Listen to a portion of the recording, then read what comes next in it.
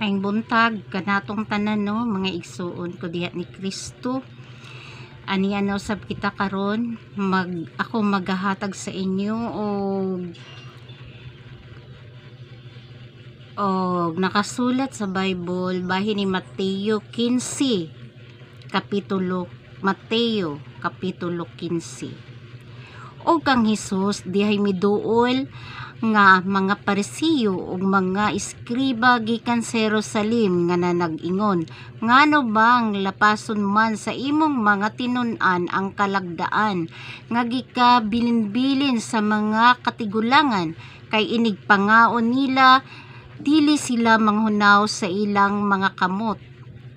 Kanila mitubag siya nga nag-ingon, ug ngano ba usab nga inyo mang lapason ang sugo sa Dios aron lang pagtuman sa inyong gikabilin-bilin nga kalagdaan?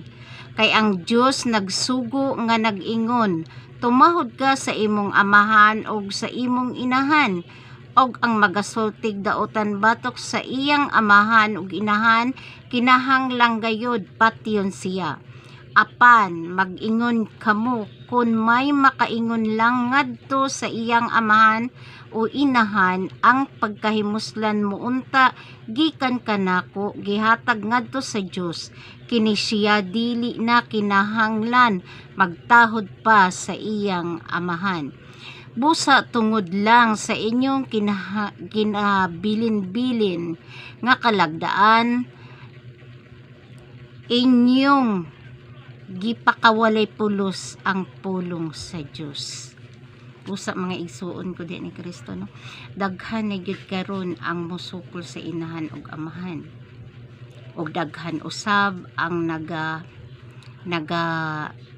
tuo sa mga mga sayo nga nagatuo sa ilahang mga pinuno sa una, sa ilahang mga katigulangan sa una, apuhan, amahan, inahan.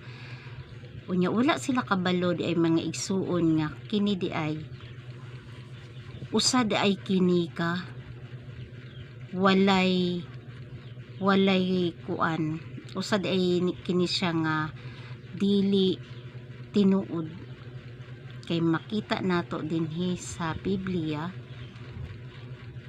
ang nakasulat sa Biblia mao'y tinuod, kay ang atong amahan ang Diyos Aman nga buhi nga naa sa langit, ug ang Diyos Anak ug ang Diyos Espiritu Santo